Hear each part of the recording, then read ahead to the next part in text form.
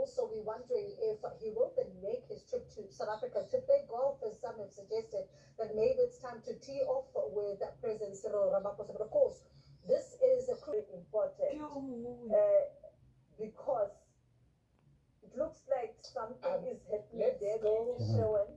Thank you for that, Sophie. Let's go to SABC News reporter Sherwin Bryce. Please, Sherwin. We're looking at pictures, what appears to be a man on the ground in distress. One of the honor guard members just fainted. Maybe dehydration, we don't know. They picked him up, he's walked off. It's actually quite cool to end the war, to bring it to a conclusion. And we all right, we are just positioning our camera. We should see the president. Okay. Much delayed arrival here. It was due to happen about 34 minutes ago. And there we go.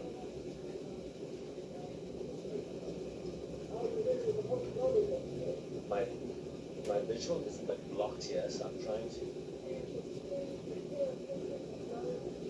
And he is a man who is certainly in some circles really respected, other circles a little bit less respected, like all of us in all fairness.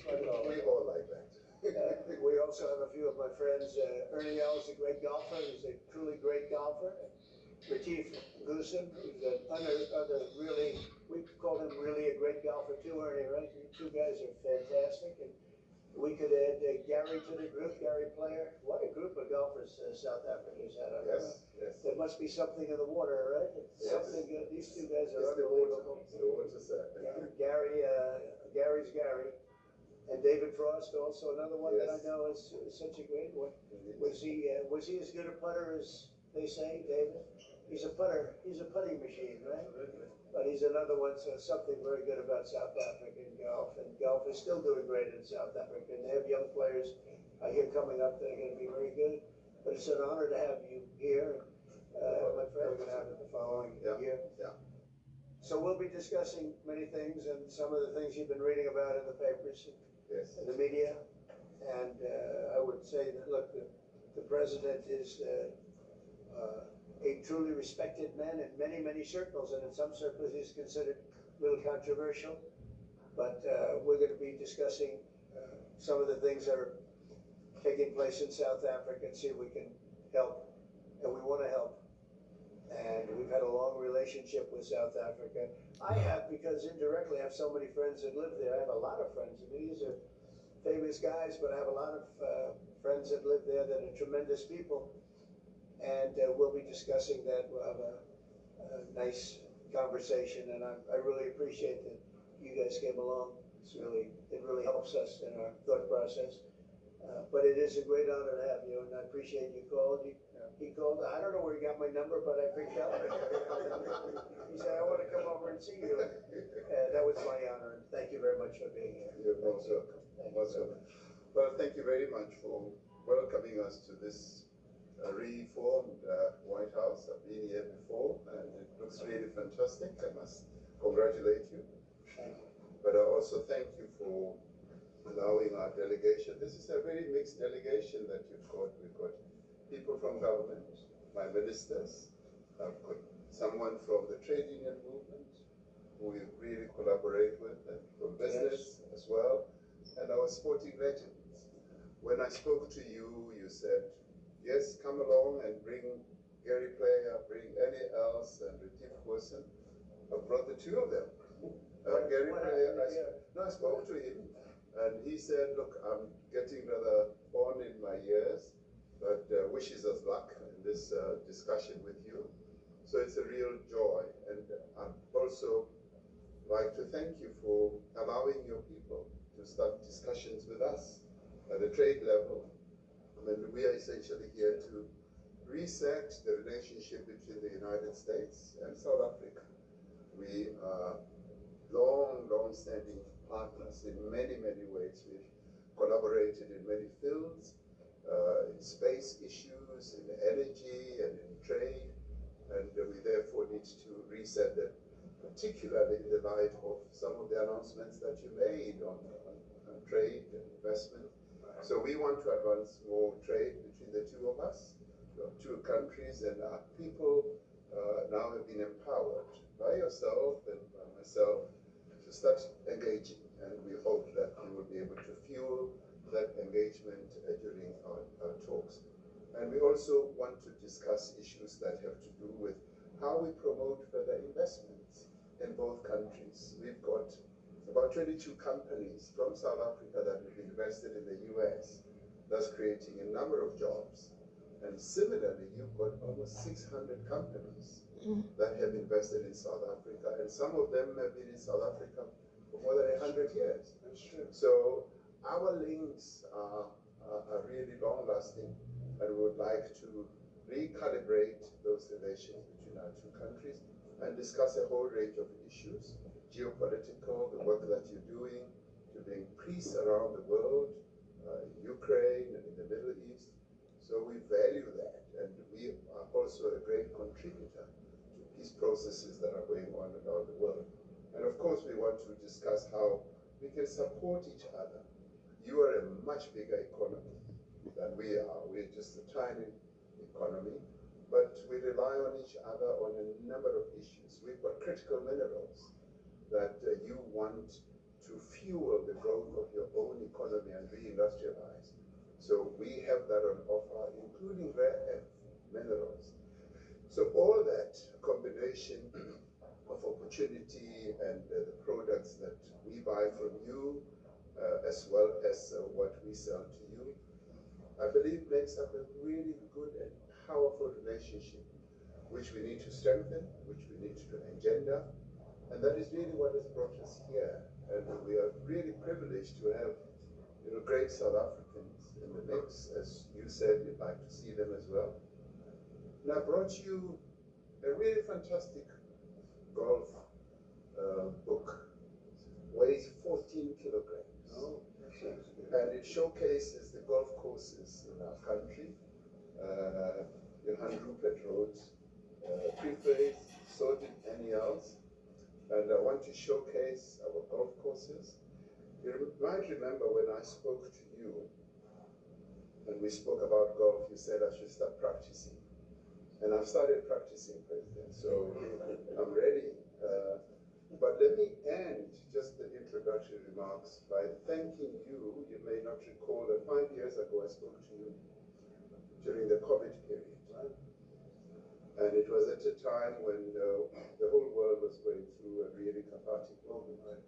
And we asked for assistance, and you were able to assist us with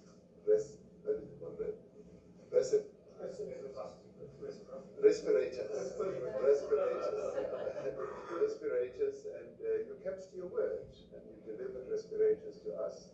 We didn't have as many in our country, and it really helped to help us deal with COVID. So I'm here also to say thank you, and to thank the people of America for having helped us during a really difficult time. Being the small economy that we are, we needed help from around the world. And you were there to provide that. So thank you very much. I remember the call. Yeah. We said 150 respirators. We became the respirator king. We started making them. Nobody had them. We had very few of them. That's right. But they were very helpful. But we said 150, and I appreciated the letter you wrote me a letter. That's right. Yeah. Thank you. I appreciate that very much. Thank you very much for that. It really touched my heart after I spoke to you, and you delivered. So, Great honor. thank you very much. Yeah. Any questions? Mr. President, we welcome white Afrikaner refugees here. Can you explain to Americans why it's appropriate to welcome white Afrikaners here when other refugees like Afghans, Venezuelans, Haitians have all had their protected status revoked? Well, this is a group, NBC, that is truly fake news. They ask a lot of questions in a very pointed way. They're not questions, they're statements. We've had tremendous complaints about Africa, about other countries too, from people.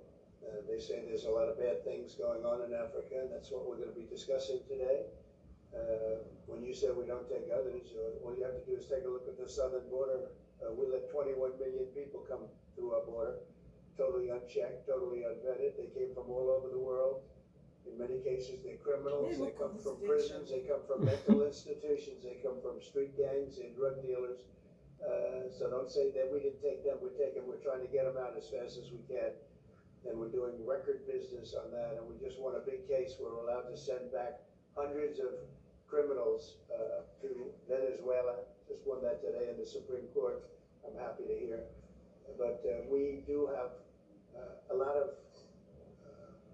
people are very concerned with regard to South Africa, and that's really the purpose of the meeting, and we'll see how that turns out. But we have many people that feel they're being persecuted, and they're coming to the United States. So we take from many locations if we feel there's persecution or genocide going on. And we had a lot of people. I must tell you, Mr. President, we have had a tremendous number of people, especially since they've seen this. Generally, they're white farmers, and they're fleeing South Africa, and it's a very sad thing to see. But I hope we can have an explanation of that, because I know you don't want that. It's a kind of a different meeting. Normally we have meetings, we talk about trade, and we'll be talking about trade and other things. But that certainly will be a subject that comes up. Yeah. Please. Brian? Thank you very much. I'd like to get your thoughts on Letitia James, Director Polte. According to him, Letitia James says that the alleged mortgage fraud was simply a mistake.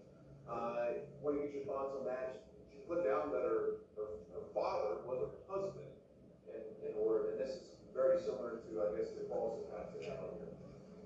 Well, I don't know what it is currently, but Letitia James, who's the Attorney General of New York State, it seemed, I'm not involved in that at all. I know that it's being handled by various groups, I guess, but it's major fraud, mortgage documents, and fraudulent everything. I think she said the father was her husband, which she had to have a husband, so she chose her father, and she put it down, and she said, didn't she sign in Virginia? Yet she said she lived in Virginia, yet she's state attorney general. She did that for tax reasons, so she could take advantage of taxes. And she had the wrong number of units. She had a much different number, which wouldn't have allowed her to qualify and scam the government. So I don't know. I think she's very bad for New York, but I really don't know too much about it. But I appreciate the question. Thank you very much. Yes. It's no genocide. Please. Thank you, Mr. President. So May 25th will be the celebration of Africa Day, which pretty much a lot of celebrations will be taking place around the world, including here in the United States. What is your message to the entire African continent, African people, in this important occasion? Well, I want to see peace, and I want to see happiness. I want to see health, and you have incredible land. There's tremendous value. A lot of countries don't have that value in the land. The value you have. We have a situation. I think you probably heard about it. We've done through some very talented people help settle a war that's been raging for years, Rwanda and the Congo, and I think we've done it. Believe it or not, I think we've done it. And could you just say a few words about that, my friend? Yes. A couple of weeks ago, the two parties signed a declaration of principle in which they agreed on the way forward, and they have both submitted draft peace agreements, and we have put together one that incorporates both of their suggestions, and we've given it to them. So we're in the process of finalizing. Looking good, right? Looking very good. We have to thank you for even those efforts, because the African continent, particularly SADC, our Southern African Development Community, has for years been seeking to foster peace in the Democratic Republic of the Congo. So all efforts, including those from outside the continent and inside the continent, are really worthwhile.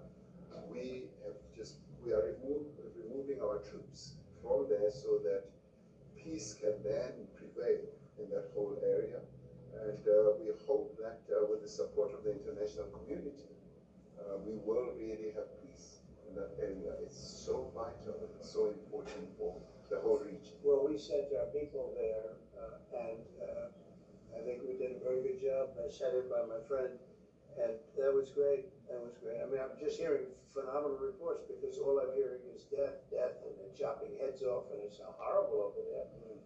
And it was really brave of you to to go there, and I really appreciate it. And it looks like that. It looks like we have something very, very substantial. We also talked about trade with them in terms of rare earth and all, but really more for the. It's like if you take a look at what we just did with Pakistan and India, we settled that whole thing, and I think I settled it through trade. We're doing a big deal with India. We're doing a big deal with Pakistan, and I said.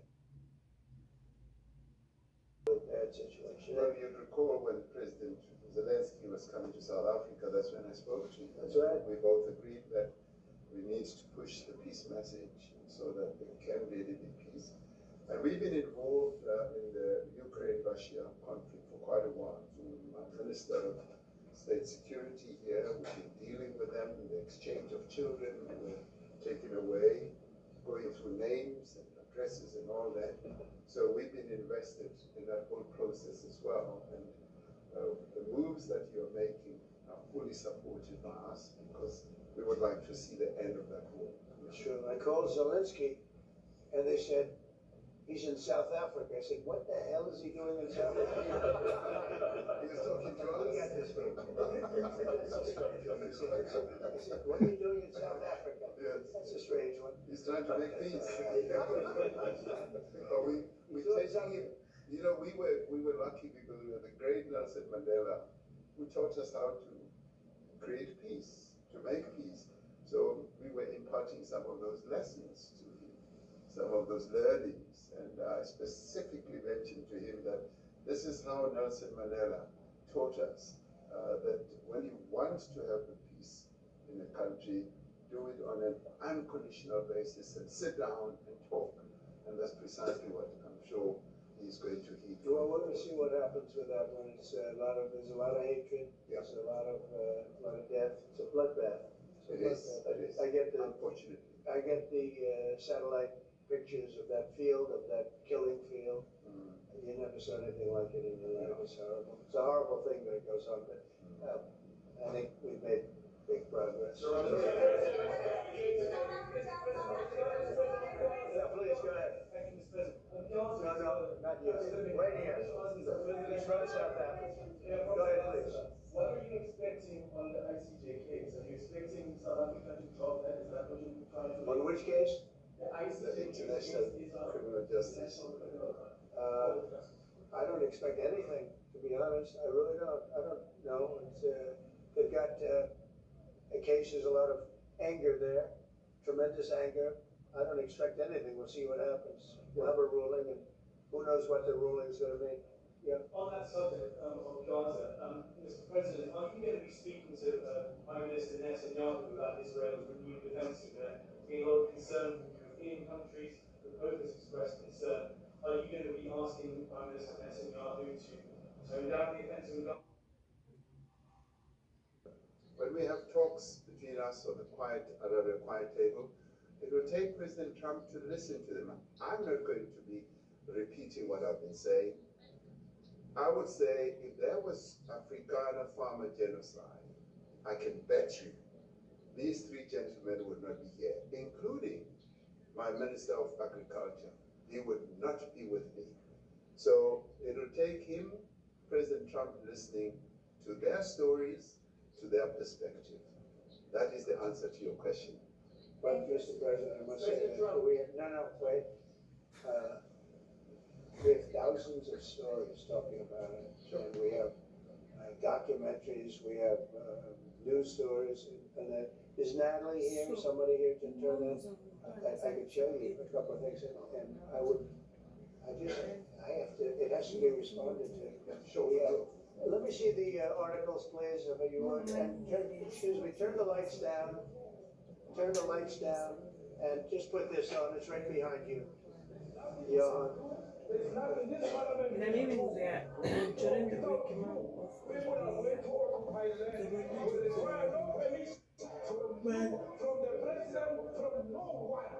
we don't care. We can do whatever we want to do. Who are you to tell us whether we can occupy land or not? We are going to occupy land. South Africa occupy land. Ramaphosa.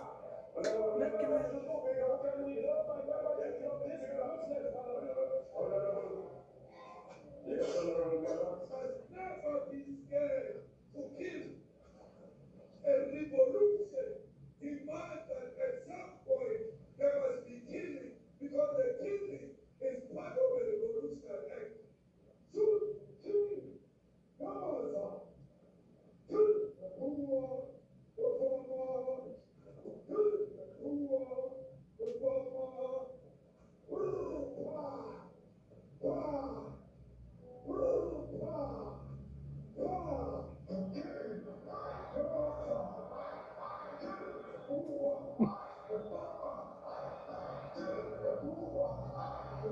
Powerful food. The banner of D-Day in PE is a white man. So these people really want to hit them hard. Go after a white man. They think a talent will pay because you have touched a white man.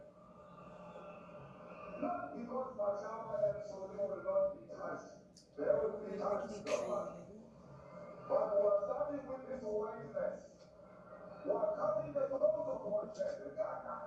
Shoot, kill, Yamasa, kill the Brewer, the Farmer, kill the Brewer, the Farmer,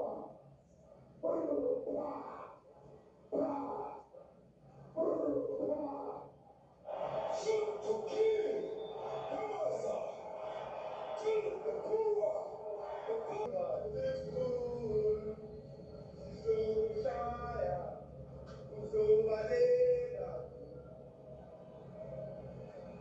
see, but you like or not, if they object, they can seek a refugee in America. Now this is very bad. These are burial sites right here. Burial sites. Over 1,000 of white farmers, and those cars are lined up to pay love on a Sunday morning. Each one of those white things you see is a cross, and there's approximately 1,000 of them. They're all white farmers, the family of white farmers. And those cars aren't driving, they're stopped there to pay respects to their family member who was killed. And it's a terrible sight. I've never seen anything like it. Both sides of the road you have crosses.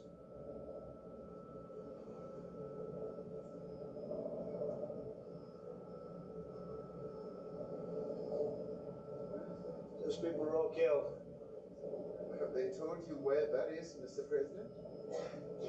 No, I'd like to know where that is, because It's South I've Africa. never seen it. It's South Africa. Okay. It's South Africa. We need to find out. It's South Africa. Zilaye? We've never had such a thing recently.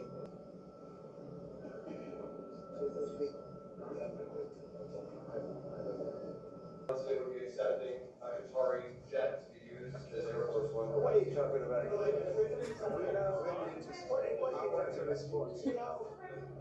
you gotta get out of here. What does this have to do with the Qatari jet? They're giving the United States Air Force a jet, okay? And it's a great thing. We're talking about a lot of other things. It's NBC trying to get off the subject of what you just saw. You are a real, you're a terrible reporter.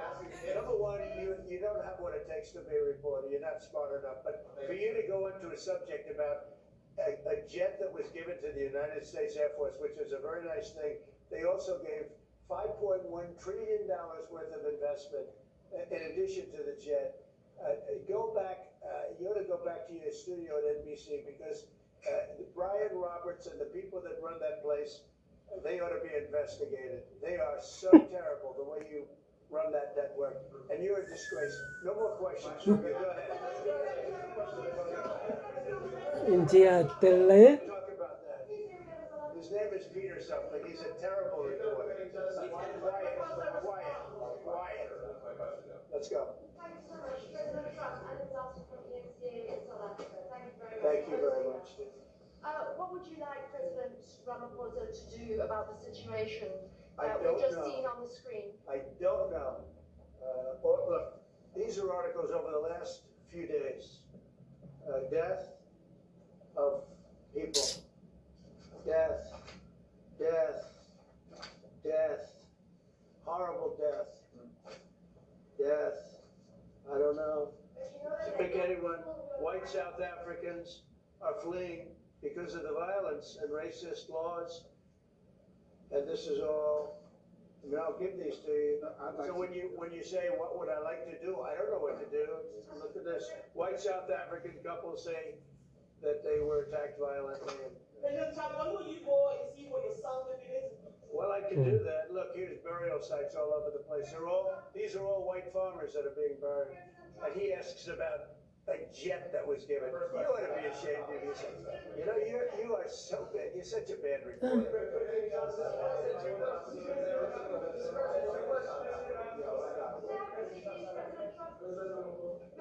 This is one after another. This family was wiped out. I'm just looking.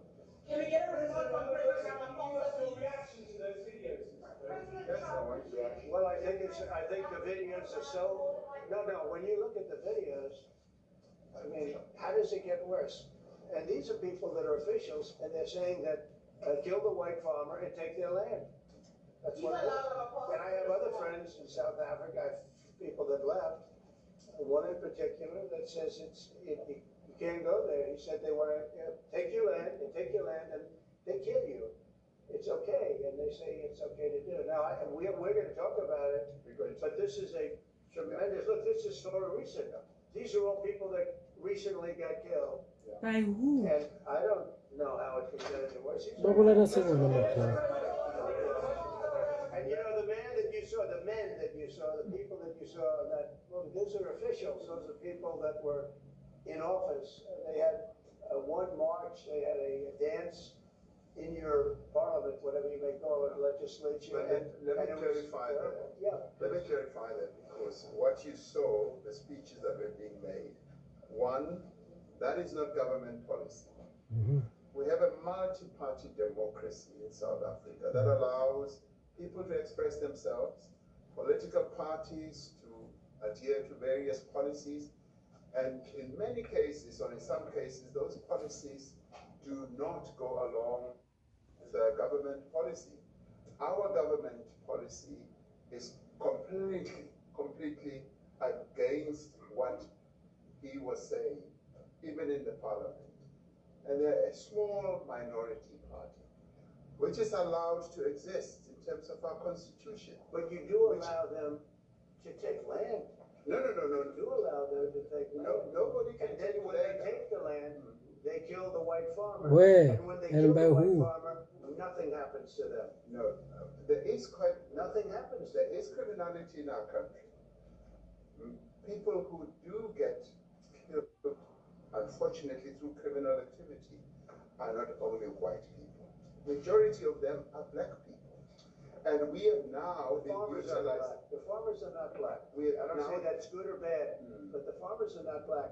And the people that are being killed in large numbers, and you saw all those grave sites, and those are people that loved ones going, I guess on a Sunday morning, they told me, to pay respect to their loved ones that were killed. Their heads chopped off, they died violently. And, you know, I mean, we're here to talk about it, and I don't know we get involved here, but I will say this, that if the news wasn't fake, like NBC, which is fake news, totally one of the worst, NBC, CBS, horrible. But if they weren't fake news like this jerk that we have here, if we had real reporters, they'd be covering it. But the fake news in this country doesn't talk about that. They don't want to talk about it, but now they have to talk about it. But they won't. This won't even be a subject. They'll have him talking about why did a country give a free, think of this, why did a country give an airplane to the United States Air Force? Okay, the United States, not to me, to the United States Air Force, so they can help us out, because we need an Air Force One until that's Air Force One, it's being built. 2 of them being built. But Boeing's a little bit late, unfortunately. So why did they give us a plane to the United States Air Force? That's what that idiot talks about after viewing a thing where thousands of people are dead. I'm sorry, I don't have a plane to give you. I wish offered the United States Air Force a plane, I would take it. Okay. But coming back to this issue, which I really would like us to talk about, and talk about it very calmly. We were taught by Nelson Mandela that whenever there are problems, people need to sit down around the table and talk about it. Well, there are And problems. this is precisely what we would also like to talk about, including, of course, trade matters, investment matters. So the issues that concern you as the United States, Those are all deaths. yeah, in many ways, I mean, one should say you are a partner of South Africa, and you are raising concerns, and these are concerns that we are willing to talk to you about. Let me just add quickly, the criminality that we are experiencing in our country needs quite a lot of technological capability. And in one of our areas in South Africa, we're using US technology, which is able to, in many ways, identify where shootings are happening and all that. And I'd like to talk about that because there is support that we can get from you and the United States to help us deal with all these acts of criminality. And that is what I believe partnership is all about. And we are here as a partner so that we can help each other whenever there are challenges. So I'd like us to discuss it, and of course outside of the media, so that we sit down and have a really good discussion that will lead to good outcomes. Are there any other further punitive measures that could be in place should you not be satisfied that South Africa is fixing some of the very bad things in the economies that you tweeted are happening? Well, there are a lot of bad things happening in many countries, but this in particular has been very, very bad, very bad. And because of we're going to have the whole world watching in another short period of time because you have the G20, and that's a big deal. And it seems like, I want you to look good. I don't want you to look bad. Very good. But we have hundreds of people, thousands of people trying to come into our country because they feel they're going to be killed and their land is going to be confiscated. And you do have laws that were passed that gives you the right to confiscate land for no payment. You can take away land for no payment. I want to clarify that because we have a constitution. Our constitution guarantees and protects the sanctity of tenure of land ownership. And that constitution protects all South Africans with regards to land ownership. However, we do say, because we've got to deal with the past, the government, and as your government also tried to expropriate land for public use. And they're doing that. And we've never really gotten underway with that. And we are going to be doing so. You're taking people's land We have not. from them. And those people in many cases are being executed. They're being executed. And they happen to be white, and most of them happen to be farmers. And that's a tough situation. I don't know how you explain that. How do you explain that? They're taking people's land away, and in many cases those people are being executed, and in many cases it's not the government that's doing it, it's people that kill them and then take their land, and nothing happens to them. But we have thousands of people that want to come into our country. They're also going to Australia in a smaller number. But we have thousands of people that want to come into our country, and they're white farmers, and they feel that they're going to die in South Africa, and it's a bad thing. Yeah, What can South Africa do? What concessions would you like to see them make to improve relations with the United States? Then I have one more for President Ramaphosa afterwards. Well, we just spoke about it. I got them a very, very complex machine, 150 of them. I was asked by the president if it could help, and I did that. And, I have great feeling for all countries. I deal with all countries. But I have a great feeling for South Africa because I have friends. I have a couple of friends, a few friends here today. I have many friends from South Africa, but many of those friends are not, they can't go back. I have Elon is from South Africa. I don't want to get Elon involved. That's all I have to do, get him into another thing. But Elon happens to be from South Africa. This is what Elon wanted. He actually came here on a different subject, sending rockets to Mars, okay? He likes that better. He likes that subject better. But Elon is from South Africa, and I don't want to talk to him about that. I don't think it's fair to him. That's right. But I will say that people are fleeing South Africa for their own safety. Their land is being confiscated, and in many cases they're being killed. And that scene of, you see how many crosses they have. Those crosses, that's a dead person in every one of them. And those trucks or cars are paying their respects to all of those dead people on a Sunday morning. That's a rough thing to explain away. And the problem we have, and the way, a correct and a fair media exposes things. But we have a very corrupt media. They won't even report this. If this were the other way around, it would be the biggest story. Now, I will say apartheid, terrible. That was the biggest story. That was reported all the time. This is sort of the opposite of apartheid. What's happening now is never reported. Nobody knows about it. All we know is we're being inundated with people, with white farmers from South Africa. And it's a big problem. Marco Rubio was telling me he's never seen anything like it. The numbers of people that want to leave South Africa because they feel they're going to be dead very soon. Yes, please. Brian, go. If I could just ask you a question. 72% of farmers in your country are white. If they flee, do you feel that maybe the economy could collapse? You may not have a gap to fill in those people that need to replace those farmers. I'd like my Minister of Agriculture, who is white, who comes from an opposition party to mine, who's joined my government at my invitation to address this very issue, including the question that you've just raised. John? Thank you very much, Mr. President. Yeah. Mr. President, thank you for welcoming us to the White House. I would say we have a real safety problem in South Africa. I don't think anyone wants to candy coat that. And it requires a lot of effort to get on top of it. It's going to require more policing resources. It's going to require different strategy to be able to deal with it. But certainly the majority of South Africa's commercial and smallholder farmers really do want to stay in South Africa and make it work. And I've just come from the largest agricultural show in the Southern Hemisphere with organized agriculture and farmers, and the majority of them want to stay.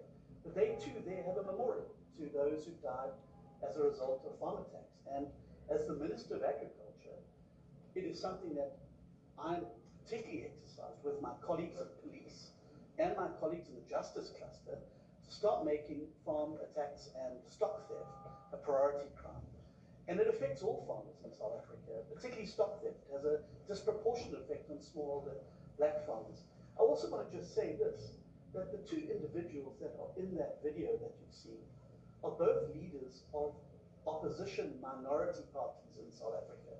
The Umkhonto we Sizwe under Mr. Zuma and the Economic Freedom Fighters under Mr. Malema. Now the reason that my party, the Democratic Alliance, which has been an opposition party for over 30 years, chose to join hands with Mr. Ramaphosa's party was precisely to keep those people out of power. We cannot have those people sitting in the union buildings making decisions. And that is why after 30 years of us exchanging barbs across the floor in Parliament and trying to get one over on each other, we've decided to join hands precisely to keep that lot out of government. Because the day they get in to the doors of the union buildings in South Africa or control of our Parliament, that's what you're going to see. And that is why this government, working together, needs the support of our allies around the world so that we can strengthen our hand, grow our economy, and shut the door forever on that rabble getting through the doors of the union buildings, because then South Africa's future will be. So you denounced that type of language in the video that you saw? Oh yes, we've always done so. As government, as my own party, we are completely opposed to that. We, in 1955, adopted a document which said South Africa belongs to all who live in it. But why wouldn't you arrest that man? That man said, kill the white farmers, kill the white farmers. And then he danced, and he's dancing, and it's kill the white farmers. I think, I'm not sure, but I think if somebody got up in Parliament and started saying kill a certain group of people, he would be arrested very quickly. That man is going all over South Africa, and that's not a small party. That was a stadium that holds 100,000 people, and I hardly saw an empty seat. That's a lot of people. That's a lot of representation. And those crosses, we have dead white people, dead white farmers, mostly. And you take a look at Australia, they're being inundated, and we're being inundated with people that want to get out. And their farm is valueless, it's valueless, and they just want to get out with their life. And this is a very serious situation. And if we had a real news or a real press or media, we don't have that, because they won't talk about this, because they're all guys like that idiot. But if we had a real press, it would be exposed. And you know, the beauty of exposing it is it's like a cleansing action.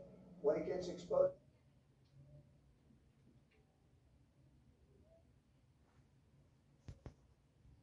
Apple had to pay $17 billion on a nonsense lawsuit.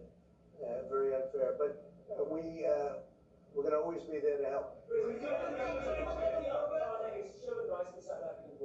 If this Afrikaner resettlement issue is resolved, we're going to a room after this, you guys are going to talk. If it is resolved, what is the potential for the future-looking relationships? Fantastic. It's got to be resolved. It should be resolved. I mean, it's a little bit bad when you see a stadium with 100,000 people in it, because that means it's more than just a little movement. It's a big movement in South Africa. So it has to be resolved. It'll be the end of the country. Is there potential for the relationship moving forward? I hope so. That's why I'm here. I mean, I'm not here for my health. I'm here to see no, I'd like to see. I have friends. I can tell you, Ernie Els and Latif Lucid, they feel so strongly they wanted to be here on behalf of South Africa, not on behalf of me. And, you know, they said, can we be here for this? Because they love the country. Ernie, do you guys want to say a couple of words? I hate to put you in this. This is tougher than sinking a 3-footer. And they've saved many 3-footers. Thank you, Mr. President. And thanks for the honor of being here. We've known each other a long time. We have spoken. You know, we're proud South Africans. I still have my South African passport. We travel with this passport, you know, and my visa here. So, you know, but we want to see things get better in our own country. And that's the bottom line. It's been 35 years since the transition. President Ramaphosa was right in the middle of the transition time, 1990, and before that. So it's been 35 years of ANC government. And I know there's a lot of anger, you know, through the transition. There's also a lot of stuff happening in the apartheid days. You know, we grew up in the apartheid era. But I don't think two wrongs makes a right. You know, President Mandela, when he came out of prison for all that time, didn't come out with hatred. You know, and really unified our nation in sport. You know, we won the Rugby World Cup in '95. We won the African Nations Cup, soccer. You know, we won some majors as golfers and so forth. So what I'm trying to say is, you know, this has been a long time coming. That's why we really wanted to meet you in the administration and see our way forward, because we still want to see our country flourish. You know, we've got some great things going on. Business is getting involved with government. Farmers are getting involved in local municipalities, trying to rebuild some of the infrastructure that's been decaying for a long time. So there's a lot of coexistence going on in health from a lot of areas, but I feel we need the US to push this thing through. We've got a great ally we can have, the US. Always been an ally of South Africa for a very long time, even in the days of the war, you know, up in Angola. you guys helped us. So very important for us to have your support and get the change we need. Well, did you do that well? You might have done that even better than he plays golf. It's almost impossible. Johan, please. President, if you had to widen all of those things properly, I'm the biggest target of that rubber router. Number one for over 10 years, Mr. Malema. In fact, the first time I met him, he was in the youth league with that gentleman. And look how he's changed. Right. We have too many deaths, but it's across the board. It's not only white farmers, it's across the board. And we need technological help. We need Starlink at every little police station. We need drones. I actually got drones donated for the peace parks to stop elephant and rhino poaching. And his predecessor stopped the importation because he said the United States would spy on us. I mean, US SpaceX is ridiculous. So if you can help us. Remember, sir, you and I lived in New York in the 70s. We never thought New York would be what it became. 2 commissioners, a tough mayor. We need your help to stop this awful killing. But it's across the board. Ernie's right now building a house in George. I'm building 3 cottages for my grandchildren on a farm outside Grafenberg. I often go to bed without locking the door. And we have a serious problem with illegal aliens who stream across the border. And if you really look at our statistics, a lot of these murders, firstly, it's unemployment and illegal aliens. And then I met Vice President Barnes many years ago at Charlie Rose show. My wife loved the book. And she reminded me this morning that you emphasized the devastation that occurs when big companies leave towns and cities, and there's a culture of dependency that develops. I remember you discussing it. Now that's our problem. If we don't get our economy to grow, the culture of dependency and the lawlessness will increase. I forget being against the apartheid all my life, and I'm their number 1 target. Please just Google my name and Malema. You'll see it, sir. He marched on the But the crime is bad. The crime is terrible, sir, but Mr. Steenhuisen won't admit to it, but he runs the Western Cape, where I live. And the biggest murder rate is in the Cape Flats. Gangs. We've got gang warfare. Like your M33 or whatever these guys. We've got equivalents there. But we need your help, sir. And we need a lot of technology. Well, one of the real areas of support is really in investments. We've got to grow our economy, because through growing the economy, we're then able to create more jobs. Because crime really thrives where there is inequality and unemployment. And that is one of the reasons that has brought us here, to improve our investment relations, our trade relations, so that we can preserve the number of jobs that your companies have created in South Africa.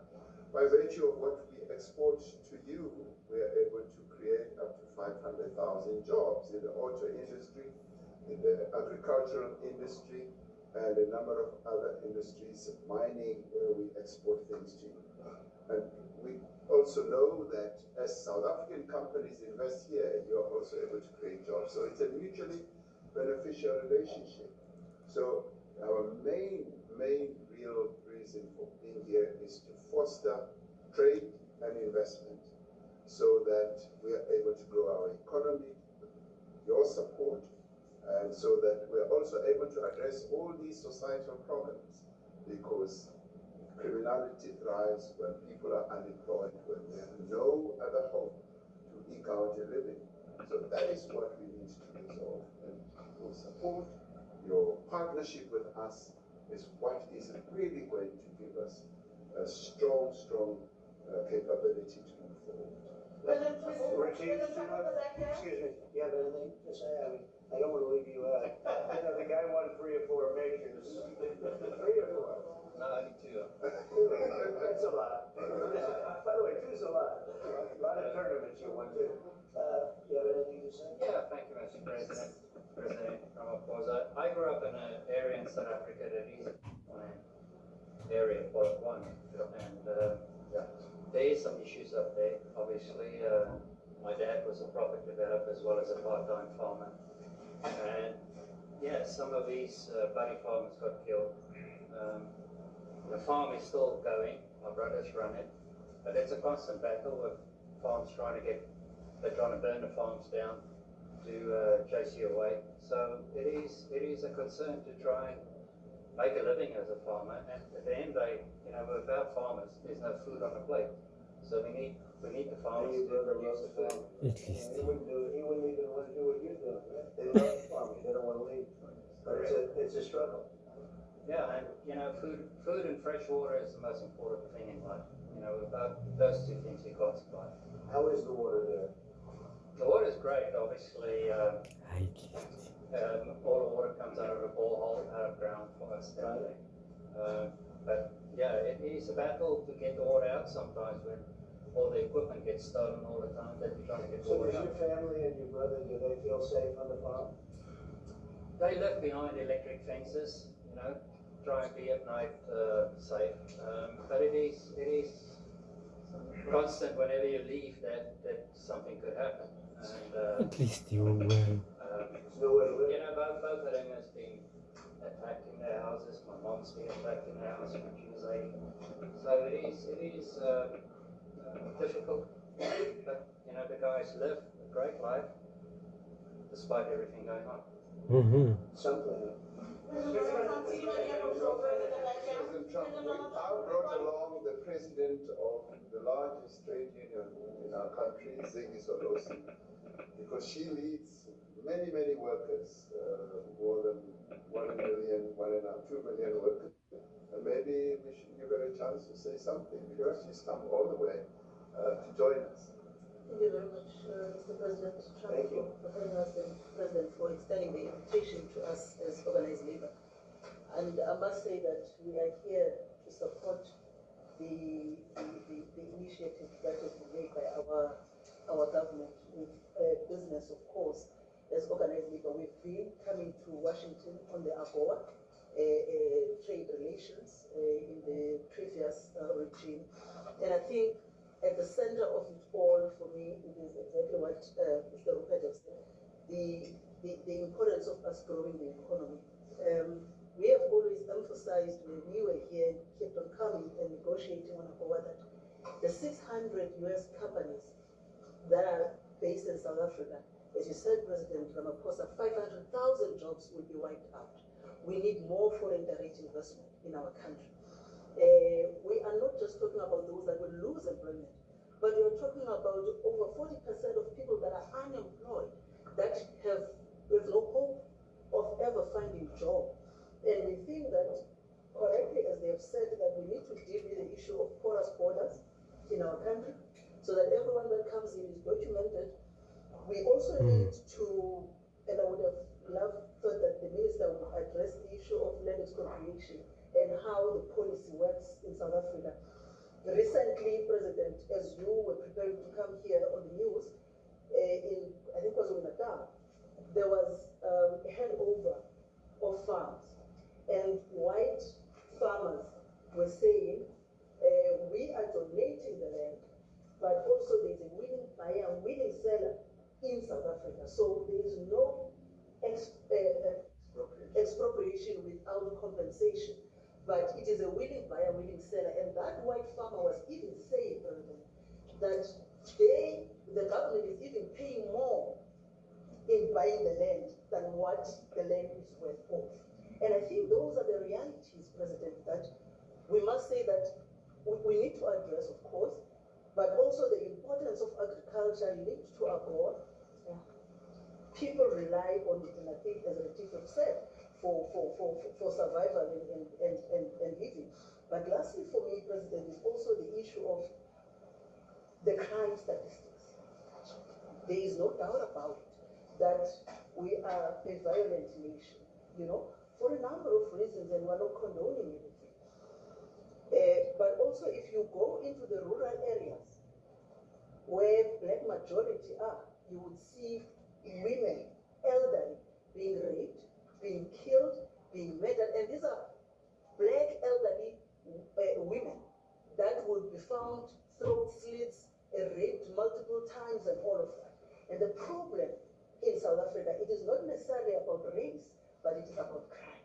And we think that we are here to say, how do we, both nations, work together to reset, to really talk about investment, but also help us in how we can have the technology and everything that is needed, President, to really address the levels of crime that we have in our country. Thank you very much. President Johnson, genocide is a very strong word. I'm wondering if you can make up your mind as to whether you believe genocide is occurring in South Africa or you still doubt, and if you have made up your mind, why invite President Ramaphosa here today? Well, I haven't made up my mind. I hate to see it from the standpoint of South Africa, but also, I'm trying to save lives. I'm working with Russia and Ukraine. I don't have to do that. It's not our war. It was started by other people, something along by our past administration. It would have never happened if I were president, but I'm trying to save lives. And no matter where, Rwanda, I have nothing to do with Rwanda and the Congo, but I felt I had a very talented person in this administration, and I sent him there, and he did an unbelievable job, I think. I mean, we're going to find out, but he's done the hardest part of the job. It should happen. If I can save lives, I want to save the lives. If it's in Africa, that's great. If it's in Europe, if it's wherever it may be. And it's a very small investment to do, believe me, compared to what the consequences are. So I hope we do something. Look, I have so many friends. These two men, I have great admiration for them because I know what they do for a living. And that's a very hard living. Going from city to city, from country to country, and hitting a ball 350 yards like they do, and getting the ball in the hole. It's a very tough, with lots of people watching, right? That's a very tough living.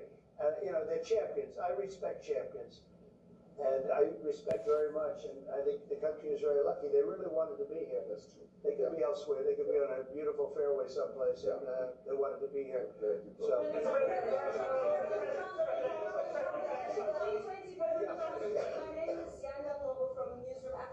South Africa. How important is it for the United States to be at our G20 summit in November, given the relationship between our two countries? You just heard what has been said to you just now. Are you coming, and are you preparing to come? So without the United States, the G20, just like the G7, used to be the G8, but brilliantly they threw Russia out. Would have been a lot better if Russia was in. A lot of people would say, oh, that's not it. Because if Russia was in, you probably wouldn't have this war. And if you had a different president, you wouldn't have the war either. But we have a G7. It's important that the United States is involved. I think without the United States, I really believe it's not very important. It's not the same meaning. As I said to President Trump, the US really originated the G20. And it's important that the United States continues to play a key role in the G20. And we are privileged to be the president of the G20, but we are even overjoyed that we are going to hand over to the United States, who are the originators. And for that reason, I expect the United States to continue playing the leadership role in the G20 together with other countries. And I've said when I initially spoke to President Trump on the phone, I want him to come to South Africa for a state visit, and I also want him come and participate in the G20. And I want to gladly hand over to President Trump to take the leadership of the G20 forward in November. Thank you very much. Thank you very much. Thank you. They don't want to leave.